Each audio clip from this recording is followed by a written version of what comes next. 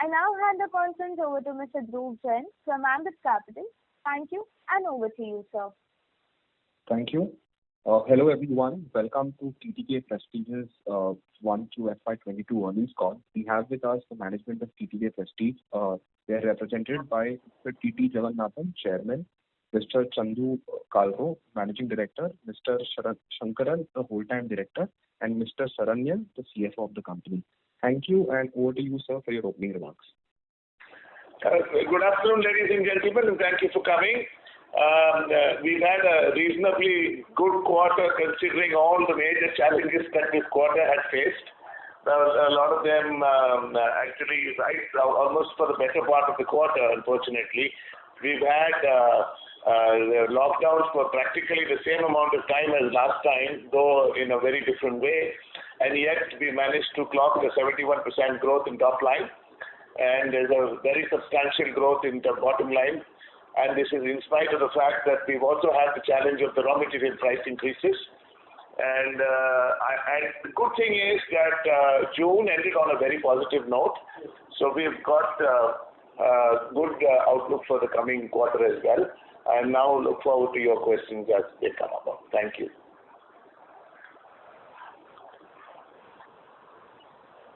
Thank you very much. We will now begin the question and answer session. Anyone who wishes to ask a question, please press star and 1 on the touchtone telephone. If you wish to remove yourself from the question queue, you may press star and 2. Participants are requested to use handsets while asking a question. Ladies and gentlemen, we will wait for a moment while the question queue assembles.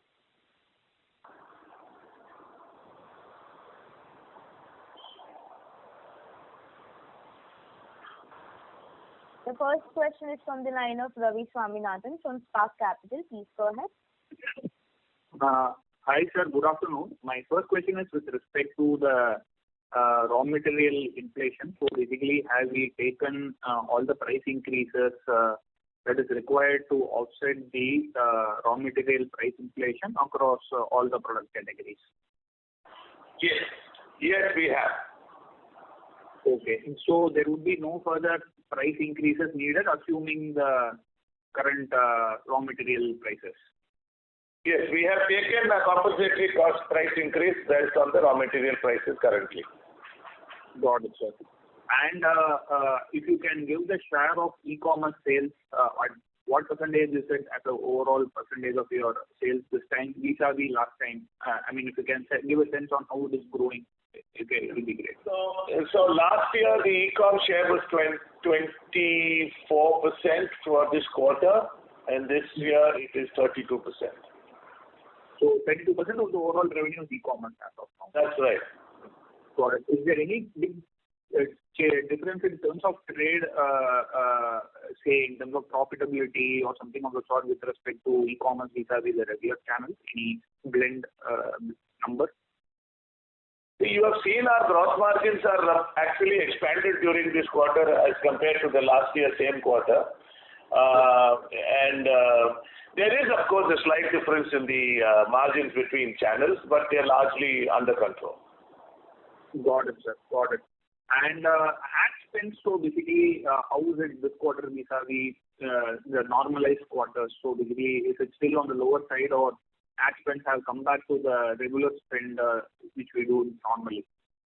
So we normally have a straight line kind of we normally spend about 6.2% of our revenues on ads. However, you know that for the good part of this quarter, we haven't been able to spend that money, but we've committed that money towards the end of the quarter. June has seen a start in spending, which will continue. So the campaign is between June and July. So the ad spend, we are expecting it to go back to normal as we go along, and we're also seeing the demand to be normal like last year. Got it, sir. But is there a possibility of, I mean, other brands, some of them are talking about ad spends not going back to the previous level because some of them have moved digital and all these things. So is there a chance of ad spends over the next 2-3 years sustainably being lower than the 6% of top line and say 5% or even lesser? I cannot answer for other brands, But I can tell you that the digital has become an add-on to conventional media because we cannot actually substitute one for the other yet. Of course, our digital spends are expanding, while the other conventional media spends are not.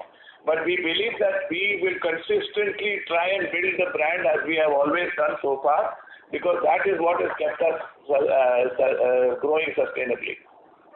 Got it, sir. And my final question is with respect to the overall growth. What kind of growth can we expect in FY22? Can we see double-digit kind of a growth? Are we looking at that figure? Well, we should look at that figure, but I would refrain from giving a specific guidance at this point in time. But yes, we are looking at a positive growth at the double digits.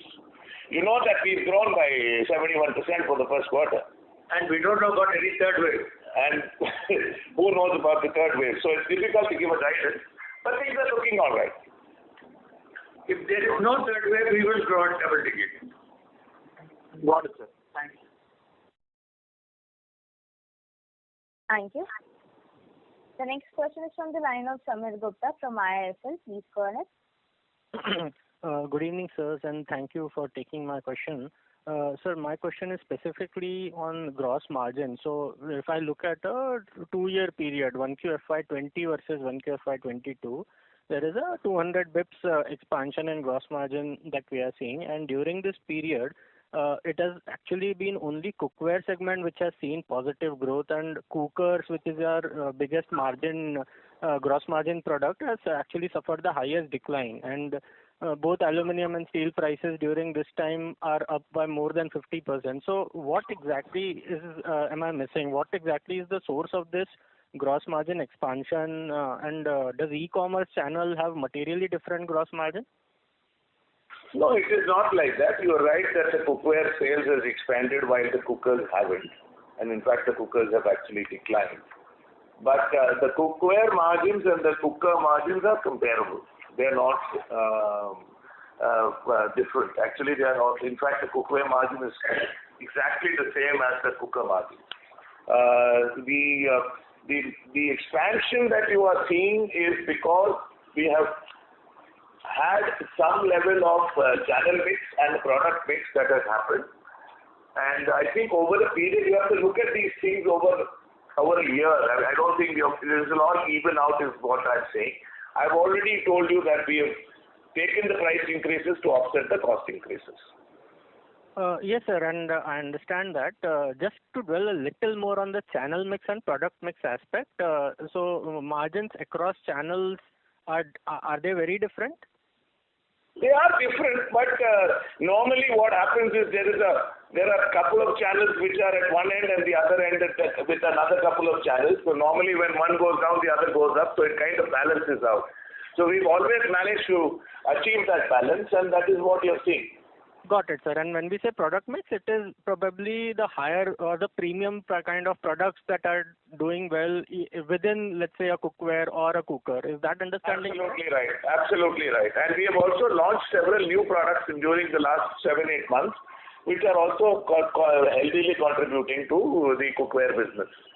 Okay, sir. So to that extent, the channel mix probably stabilizes at a more normal level. There might be some, risk to margins. Is that would be the understanding, right?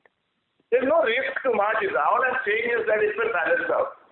Got it, sir. Thank you. Thank you so much. They are marginally different. Yeah.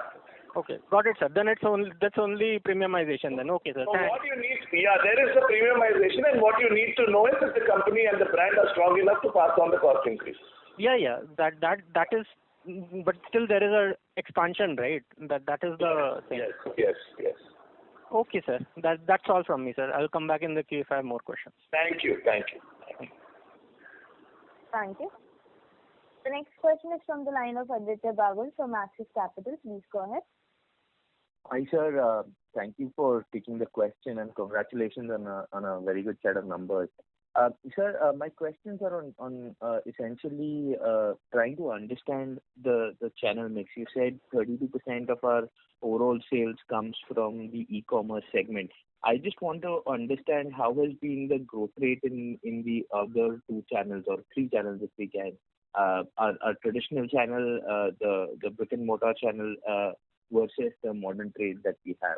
You can help us understand these two. That's my question. Yeah, the way to look at it is, you must remember in this quarter that a large part of the offline channels were not able to open because of the lockdowns in various states. Now, in spite of it, I'm happy to tell you that all the offline channels have shown robust growth, high double-digit growth across the board. And the e-com obviously has grown faster because e-com was on right through the quarter. So that is why you are seeing a higher proportion of e-commerce during the quarter. But as I think everything opens up, we will kind of normalize back at that 25% is what my estimate is. Sure, sir. Sir, and my second question is actually with regards to a comment you've made in your presentation. You've mentioned that this time around the impact of COVID second wave has been quite ubiquitous, hitting the rural regions as well. Hence, the growth rates might suffer during the next part of the calendar year. Can you help us understand that a little more as to what are the trends you're seeing? Also, if you can help us understand if there is a temporary disruption due to monsoon in the western part of the region. We are looking at all of these as very temporary and transient disruptions, nothing serious over here. In fact, while the COVID was rampant across the rural areas also, you have also seen that the recovery rates are in excess of 98% as we speak. So we believe that everything is going to bounce back as it has already indicated to us in June and even July so far. Understood. So sir, is it fair to say that July run rate is tracking last year July or July 2020? 2019, I'm sorry. It's fair to say that we are better than that. Okay, fair enough. Understood. That's it. Thank you so much and best of luck for the quarter. Thank you. Thank you. The next question is from the line of Shanti Patel from Shanti Patel Investment Advisors. Please go ahead. Good afternoon, sir. Are you getting my voice? Yes. Yeah. My simple question is, what will be the return on capital employed as on 31st March 2022, and what will be the return on equity as on that date? If you can give some guidelines. Do you want a guidance for 31st March FY22? That is correct. If we get a clear more than 35% ROCE after removing the treasury out of it, it will be better than that this year. I cannot give any exact number because I don't. Equity approximately. Look into the present situation. What your judgment is? Our judgment on first quarter ROCE is better than what was last year. What is your judgment, sir, of the COVID situation? Will there be a third wave? No, let us say that there is no third wave. Then what will happen? Well, let us say the ROCE, we had a healthy ROCE last year in spite of a bad first quarter. It will be more this year. It will be better than last year in terms of the ratio of EBITDA on the capital employed. Okay. I can't give you a number. I won't be giving a full guidance. See, I'll tell you one thing. You can see that there's been over the last 3-4 quarters a steady improvement in the balance sheet numbers. I think that you will accept. And as we are going along, that trend is continuing. Okay. And what is our market share in respect of various verticals, if you have to state? So we have multiple categories that we operate in. We have pressure cookers, cookware, we have mixer grinders, gas stoves. We have so many categories. So the point is that we are presently leaders in all the 5 out of the 6 major categories that we operate in. We are not leaders only in mixer grinders. We are working towards leadership there. Good. Okay. Thank you. Thank you. Thank you. A request to the participants, please limit your questions to 2 per participant. If you have a follow-up question, you may rejoin the queue. The next question is from the line of Konanjan Ningamadda from JM Financial. Please go ahead. Yeah, hi sir. Thanks for the opportunity. Just a couple of questions. So, sir, firstly, can you comment a little bit about the working capital and cash flows in the quarter and also the current channel inventory levels? Sure. The working capital has gone up this quarter because we've had production and we didn't have sales for some part of the quarter. And we have taken a very prudent decision to continue with the production because we didn't want supply chain disruptions like last year. So therefore, we have seen a working capital increase, which we believe is good for us. Secondly, we've also kind of hedged ourselves by adding to our raw material inventory, and therefore we are hedged for the second quarter also, which is also good news. In terms of channel inventory, the channel inventory is normal like it was in Q4. And overall, last year we have seen a reduction in channel inventory over the previous year, and we want to keep it that way because we want our collections going well, which is what is happening. Understood, sir. Sir, secondly, can you comment on the sales mix from different regions like East, South, North, and West, given the impact of COVID wave in the eastern and southern markets, and how have we fared in each of these markets? The good news is that all zones have grown very substantially. Of course, the South has grown lesser than the other zones, relatively speaking, because the South was more impacted by lockdowns for a long period of time. Even as we speak, Kerala is in lockdown. So, but all zones have grown very substantially during this quarter as compared to Q1 of last year. Understood. Sir, if I may squeeze in one last question, what is the quantum of price hikes that we took, sir? The last price hike that we took on select products was between 5 and 6%. And when was this, sir? We have just announced it in July, actually. Understood, sir. Thank you very much. All the best. Yeah. Thank you. The next question is from the line of Vipin Goyal from Mirabilis Investment Trust. Please go ahead. Yeah, hello. Good afternoon, sir. Sir, I have two questions. Sir, first one, as you mentioned that the gross margin increase was first due to the mix of premium products within category going up. That is one. And then second one was the channel mix. So my question to you is that this change in behavior of premium products coming in higher in the mix. So, like, is it a structural change or is it in some way relation to the COVID disruption, like the way we are seeing this in channel mix? See, we believe very strongly that, as I said, even in the answer to the previous question, that this will kind of balance out during the year. Obviously, when we are launching new products, there is a launch volume that will go in, etc., etc. Structural or not, I think we need 2-3 quarters to see. But there are certain trends that are clear, and those trends are that people are moving towards better products because they are using their kitchens more than ever before. There are trends that there is an overall movement towards brands, and that is on, and we have seen that on for the last 12 months. Okay,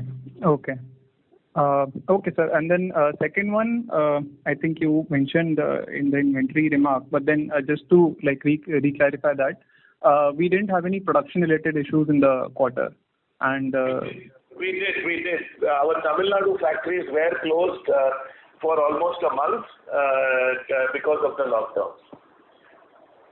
Okay, but now the production has started, and that was the reason our channel inventory was higher because we want to catch up on the sales if in case they come up in the next quarter once things open up. Yes and no. If we could have helped it, if the production was allowed to happen, we would have produced in Tamil Nadu also. And that is something that we have actually supported idle costs, as I think we've written in the summary of the performance. That is the way. But I think, as I said, it's good that we have to stop right now. Okay. All right, sir. Thank you. Thank you. Thank you.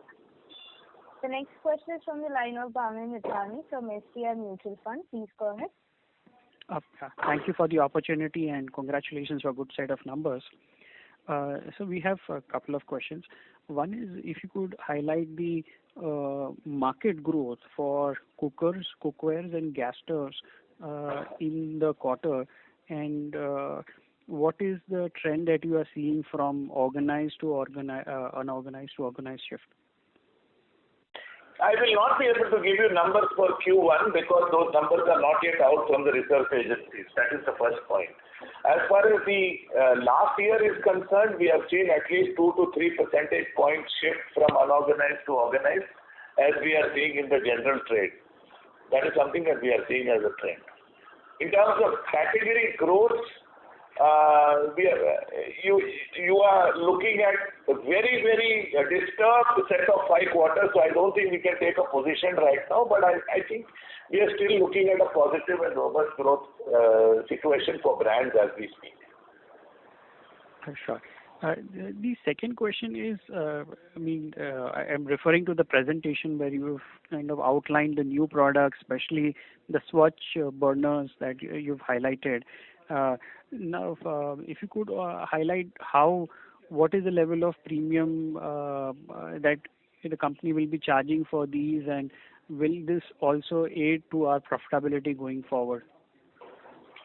So the Swachh range of gas stoves which we have launched, in our opinion, are an absolute positive disruption in the category. It will give enough reason for people to upgrade to this gas stove because it's a great new level of convenience that the customer can get. Regarding the premium on this, obviously the product is at a premium over the lower level of products that we sell. But it's not an unjustifiable premium. So we have 8 gas stoves. This is around at the same price. Our pricing strategy on our innovations has still been cost plus because we've tried to target a market share gain through our innovations rather than just milking us innovation in terms of price. Just last question from my side. The observation has been that the Maharashtra factory still remains shut after 8 to 9 months of lockdown. If you could give us some outlook and guidance on that, that will be very helpful. So we are in constant discussions. The matter has gone for mediation at the level, assistant level commissioner level, and there are meetings that are happening regularly. Obviously, there is nothing has been fruitful yet, but I can tell you that we are making some headway, but it's very difficult to predict when we will come out of this. But we have enough spare capacity at other plants, so we will not suffer for any supply chain issues. Oh, sure. Yeah. Thank you so much for taking my questions. Thank you. The next question is from the line of Achal Lohade from JM Financial. Please go ahead. I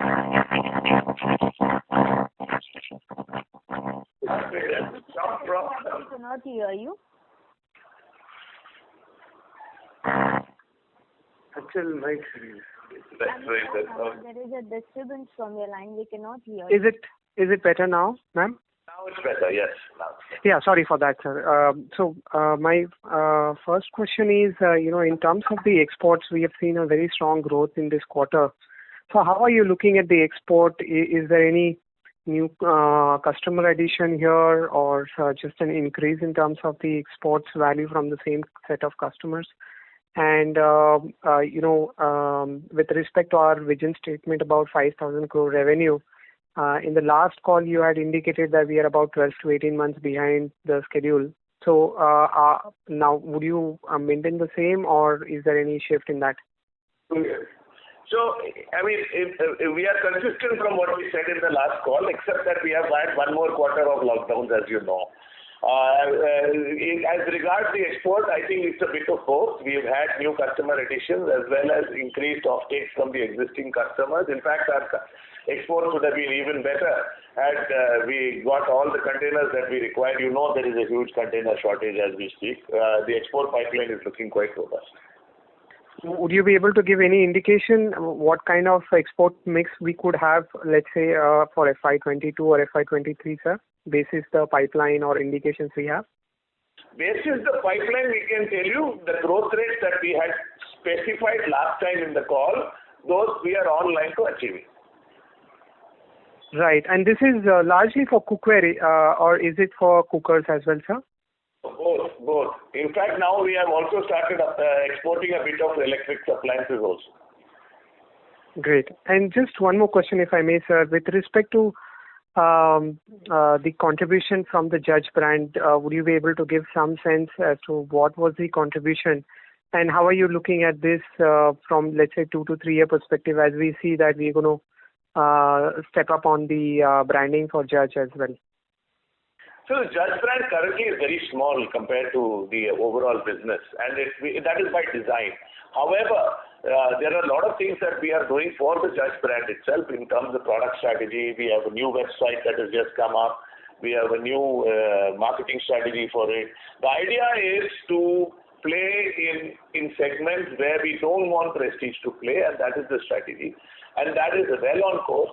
We expect the Judge brand to be a tactical brand for us and not trying to allowing it to cannibalize into the Prestige business. No comment on what kind of mix would we look at, let's say 3 year perspective, 3 or 5 year perspective. Could that be 15-20% of revenues, or not really? No. I don't think we are looking at more than 10% at this stage, but it's premature to talk about. As now it's 2%. As of now, it's very small. Got it. I'll come back in the queue, sir. Thank you so much for answering my questions. Thank you. Thank you. The next question is from the line of Himanshu Nair from Yes Securities. Please go ahead. Good afternoon, sir, and thanks for taking my question. Firstly, sir, in terms of understanding the success of our product innovation, could you share some numbers as to how much would our contribution be from new launches, if the way you track it, maybe say in the last products launched in the last 1 or 3 years? So let me give you a flavor for this. It's very difficult to put a percentage because we launched so many new products across categories. Our entire cooker range now has gone into Swatch. The last 20% also now we are replacing with the Swatch. So actually our pressure cooker range from next quarter onwards will be 100% in the new platform. I'm just giving you a flavor. The Prestige in the cookware business, our granite cookware, which is the only 5-layer coating, contributes to over 50% of the total cookware business in the non-stick side. The other cookware, in fact, we have now stainless steel cookware, we have cast iron cookware, hard anodized cookware. Close to more than 50-60% of that segment is coming from the new products. Gas stoves, we have just launched the Swatch platform, and we expect that things will move towards that very soon. Mixer grinders, almost 70% of our sales is coming from models we've launched in the last 2 years. So on and so forth. I can go on and on and on. Understood. Thanks. And so second question would be on our distribution expansion. So do we have a specific plan in place? I mean, do we feel that we are weaker in, say, certain geographies where we want to increase our dealer network, or even in terms of our exclusive stores? I mean, could you give some more color on our distribution expansion, both on the dealers front and our own EBO network? The last 4 quarters, as we have been telling you consistently, we have been adding to our distribution. In fact, last year was one of our best years in terms of new outlet additions. We've added more than 7,000 outlets. That exercise is going on.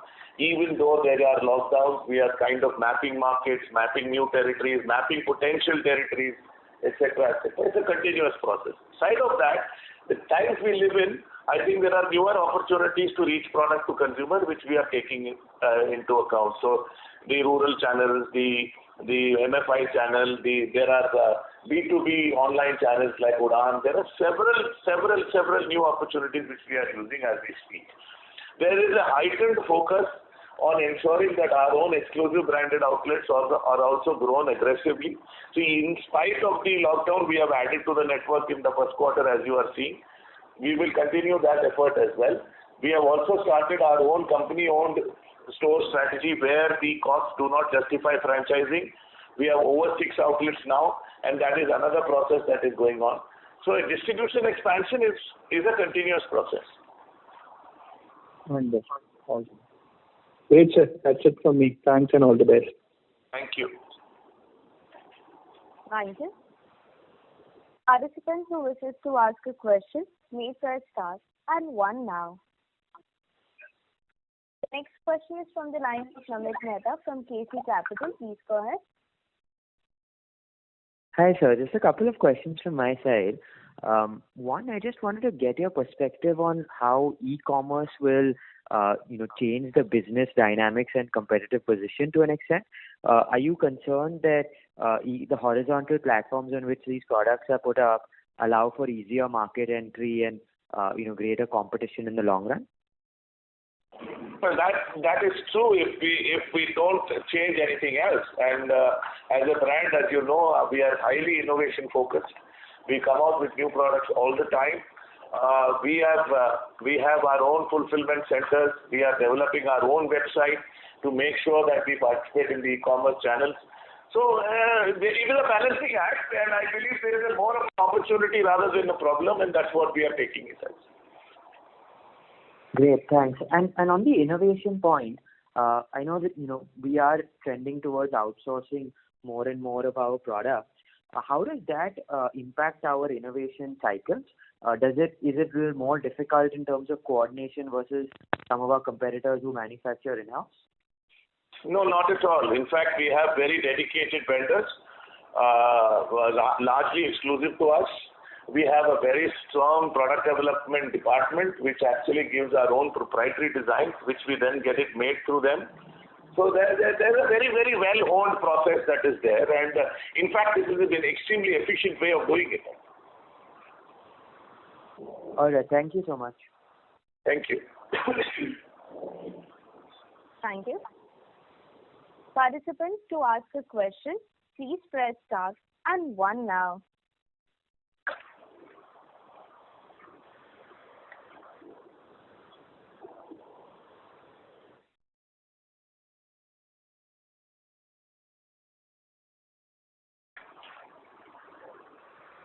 The next question is from the line of Varshit Shah from Havelock Capital. Please go ahead.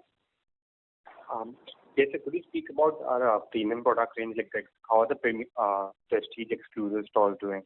What's the long-term plan there? I just said that we were trying to add to our range very aggressively, add to the number of outlets that we have very, very aggressively.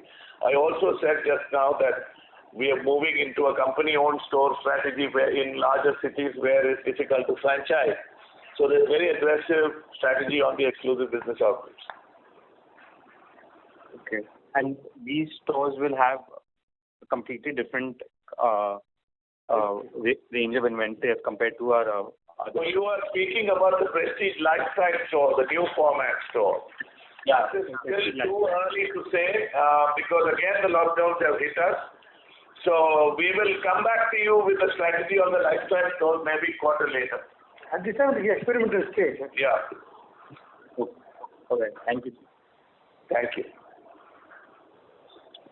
Thank you. The next question is from the line of Achal Lohade from JM Financial. Please go ahead. Yeah, thank you for the opportunity. Can you hear me, sir? Yes. Yeah, sir, my question was, with respect to the South, given what you said, better part of the quarter was kind of locked down. So, how is it evolving now? And do you see the kind of pent-up demand we've had last year? Would we see similar thing kind of getting repeated, or this time around it's somewhat different according to you? So the initial indications are that it will get repeated because what we are seeing, for example, in Kerala is that they were, for last 2 weeks back, they were open 3 days a week in some markets. And what we were hearing was that they had exactly double the crowd on the days they were open. So it is, the initial indications are that the demand is very good. Understood. And, in terms of the margins, I know there is an element of seasonality as well. So how do we look at the margins? Because if we see last third and fourth quarter, we have had 17-19% kind of a margin. So from an annual number perspective, earlier we were kind of hitting 15% So what kind of operating margin can we look at, assuming no third wave? No, there are 2 assumptions you have to make, or 3 assumptions you have to make to say anything in that direction. You have to then assume what the raw material prices are. We have to do the balancing act on how much we can pass on. So far, we have been able to pass on. There's a lot of assumptions, but it's safe to say that we can maintain the same similar kind of margins or in a band of plus minus 0.5 or 1% even this year. Understood. And with respect to the price increase, for the first quarter, on an average, what would be the price increase, we would have had from September 20? From September 20? Yeah, I mean, initial round of, since we started taking the price increase given the cost inflation. So it'll be between 8 and 11% depending on what category you're talking about. And I presume in appliances it would be even a higher double digit compared to cookware. I'm giving you the averages on cookware and kitchenware. We actually took it up only by 5% last year. And the balance was in appliances. So you are right about what you're saying. Right. So if I look at the, revenue numbers from a 2-year perspective, I see that we've had a kind of a volume drop. I know it's hard to compare, add volumes like that, but for each of the category, would it be fair to say that, we've had kind of a double-digit drop in volumes given the impact of lockdown? No, it varies from category to category. For example, in cookware, we've actually had a growth in spite of everything. In cookers, yes, you're right, there is a drop.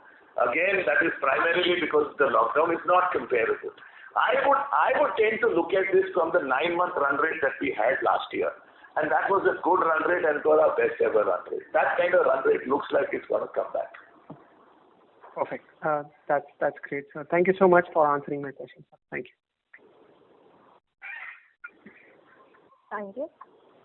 The next question is from the line of Bhavin Vithlani from SBI Mutual Fund. Please go ahead. Thanks for the opportunity again. We're seeing strong growth in the cookware as a category. If you could give us some outlook on what exactly is changing from the customer side, or this is more to do with the company's own internal newer products and certain products that we introduce which are more specific to the company. So, in cookware, non-stick has come back into fashion because people have understood the need for non-stick cookware, so that's growing. We ourselves have launched several new subcategories, which is also adding to the growth. For example, our focus on stainless steel cookware, our focus on cast iron cookware. We have launched newer products in hard anodized cookware. We've launched tri-ply cookware. So there are a lot of new segments which we have got into, which is also causing the increase in the cookware business. Understand. Thanks. The second question is if you could give us the mix on the channel, the conventional channel. What was it in the quarter? Also, what are you seeing as a percentage of sales from our prestige exclusive outlets?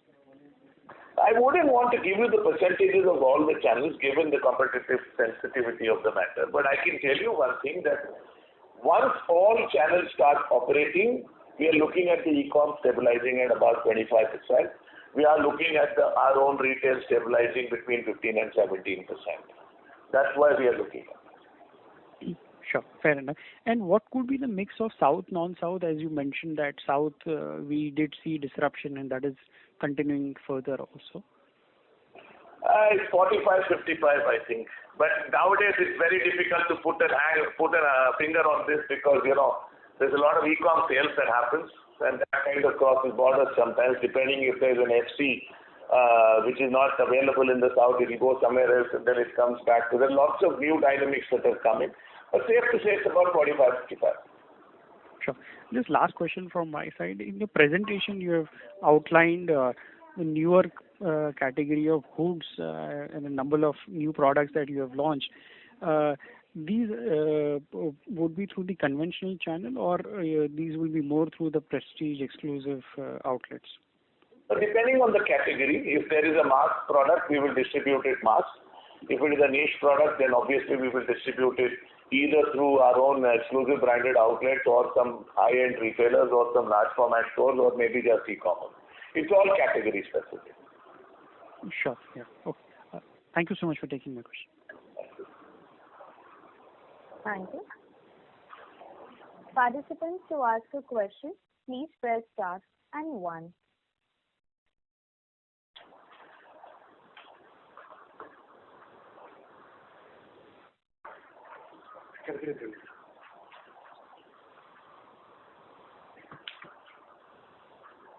As there are no questions from the participants, I would now like to hand the conference over to the management for closing comments. Yeah, we expect to have a much better 9 months compared to last year. In any case, this presentation and whatever I told now, I've got some sort of future statements, which are the intentions of the management. The success in reaching those goals depends on various factors, both internal and external. I request all the investors to take this forward class into account. Thank you.